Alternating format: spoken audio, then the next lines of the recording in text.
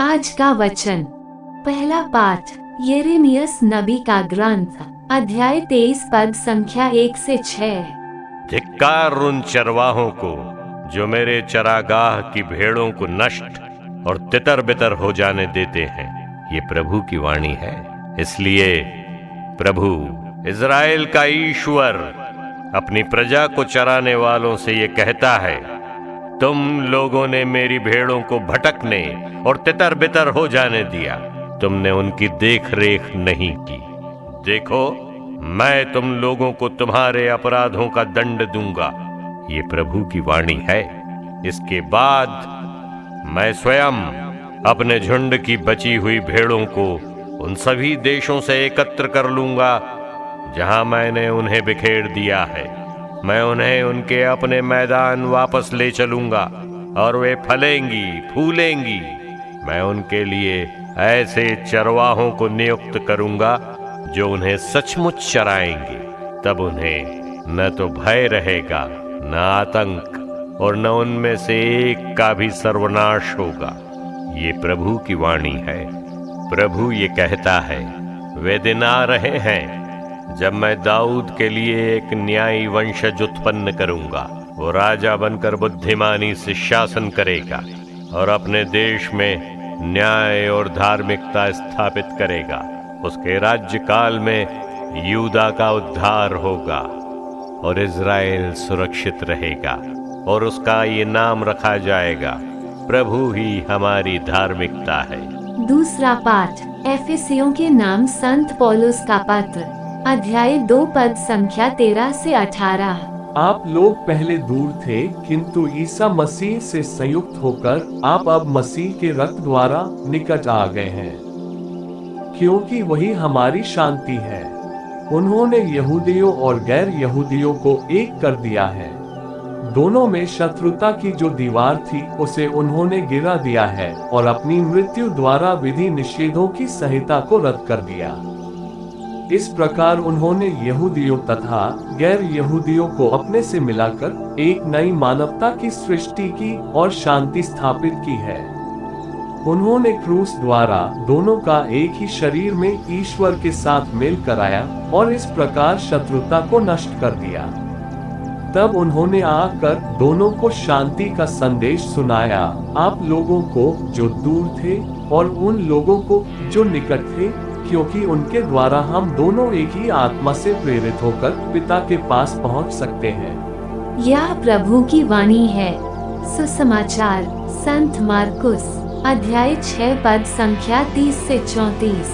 प्रेरितों ने ईसा के पास लौटकर उन्हें बताया कि हम लोगों ने क्या क्या किया और क्या क्या सिखलाया है। तब ईसा ने उनसे कहा, तुम लोग अकेले ही मेरे साथ निर्जन स्थान पर चले आओ और थोड़ा विश्राम कर लो, क्योंकि इतने लोग आया जाया करते थे कि उन्हें भोजन करने की भी फुर्सत नहीं रहती थी। इसलिए वे नाव पर चढ़कर अकेले ही निर्जन स्थान की ओर चल दिए। उन्हें जाते देखकर बहुत से लोग समझ गए कि वो कहां जा रहे हैं।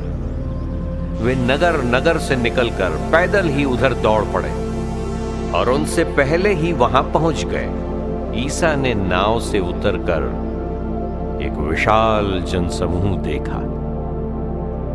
उन्हें उन लोगों पर तरस आया, क्योंकि वे बिना चरवाहे की भेड़ों की तरह थे, और वो उन्हें बहुत सी बातों की शिक्षा देने लगे। यह प्रभु का पवित्र सुसमाचार है। आमीन। आज का चिंतन। हमें जन्म से ही विभिन्न प्रकार की जिम्मेदारियां सौंपी गई हैं। इन जिम्मेदारियों में हमें माता पिता, बड़े भाई बहन, शिक्षक इत्यादि के रूप में दूसरों को दिशा निर्देशन का कार्य अवश्य ही मिला है। धर्म ग्रंथ के शब्दों में हमें भी लोगों का चरवाहा बनने का मौका मिला है। आज भले चरवाहे की विशेषताओं का उल्लेख हम सुसमाचार में पाते हैं, जो हम सबों के लिए हमारी साधारण परिस्थितियों में अपनी जिम्मेदारियों को निभाने के लिए अति आवश्यक है। पहले पाठ में नबी यिर्मयाह उन चरवाहों को धिक्कारते हैं जिन्होंने अपनी जिम्मेदारी नहीं निभाई और अपने समूह को तितर बितर हो जाने दिया। आज हम चरवाहे की इन 3 विशेषताओं पर विचार करें जो अपने की देखभाल के लिए जरूरी है। पहला, एकांत समय। दिन भर के झंझटों के बाद में हमारे पास थोड़ा समय होना चाहिए जब हम अकेले हो और अपने दिन भर के क्रियाकलापों का लेखा जोखा ले सकें। हमारे व्यक्तिगत प्रार्थना का समय एक ऐसा समय है जब हम अपनी परिस्थितियों के मध्य ईश्वर के साथ अपना दुख साझा करते हैं। यीशु ख्रीस्त अपने शिष्यों को एकांत में ले जाकर पिता ईश्वर के साथ पुनः अपने संबंधों को मजबूती तो करने की शिक्षा दे रहे थे। दूसरा, दूसरों की समझदारी। आज के सुसमाचार में शिष्यगण विभिन्न प्रकार के कार्यों को समाप्त कर यीशु के पास वापस लौटे थे। उन्होंने आकर अपने अपने कार्यों का विवरण ही केवल नहीं दिया बल्कि अपनी परिस्थिति से अवगत कराया। इस तरह जब हम अपने कार्यों, तकलीफों का उल्लेख एक दूसरे के समक्ष प्रस्तुत करते हैं तो हम उन्हें भी अपने मिशन कार्यों का सहभागी बनाते हैं। तीसरा, अपने झुंड की देखभाल। यद्यपि यीशु लोगों से अपना पीछा छुड़ाना चाहते थे पर उन्हें लोगों पर तरस आया।